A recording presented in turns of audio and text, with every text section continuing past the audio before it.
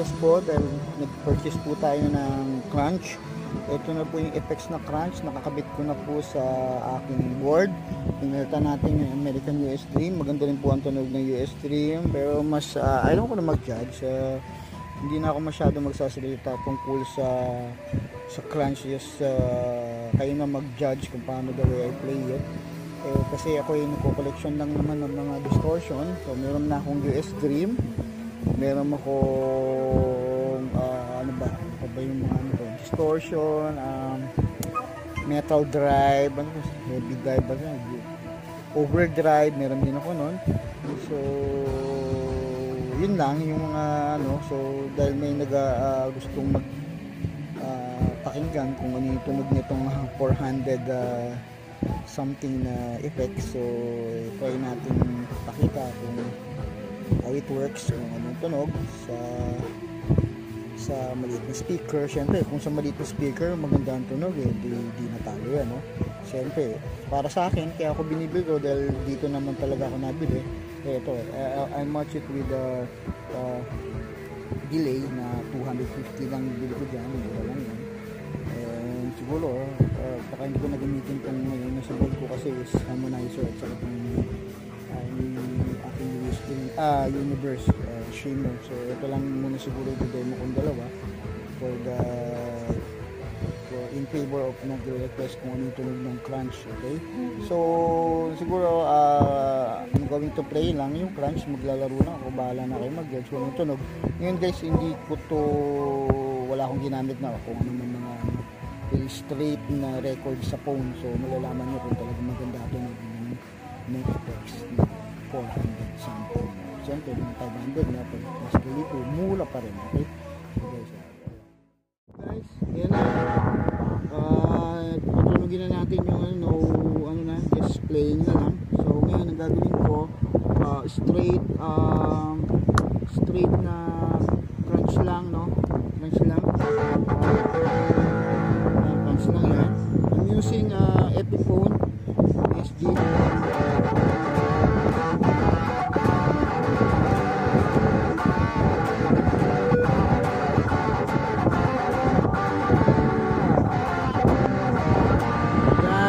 Yan bali yung ano niya, yan yung crunch lang, straight na crunch, wala siyang kasama. Ito yung walang effects. Yan yung tunog ng pag may crunch.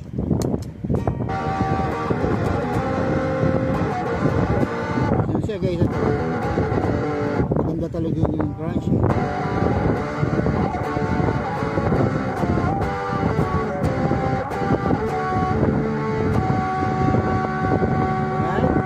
Yan, pag nagpo-chord, no, malinaw ang chord, kaya yung gusto ko sa crunch, malinaw yung chord.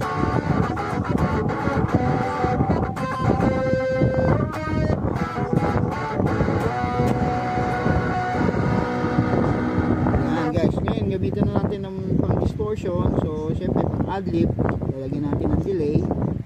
So adlib naman tayo.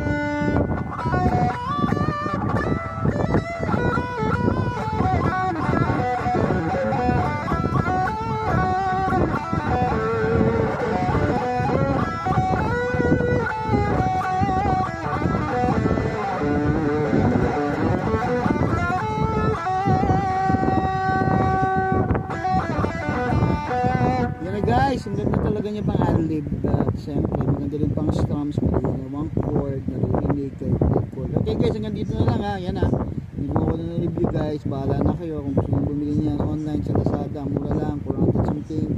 Okay guys, check Lazada, and thank you. I'm not promoting this product pero nakakatulong sa mga nagtitipid sa nagbabudget meal sa effects. So ako kasi nakabili ng effects dahil mura na siya. Okay. Alright, thank you guys.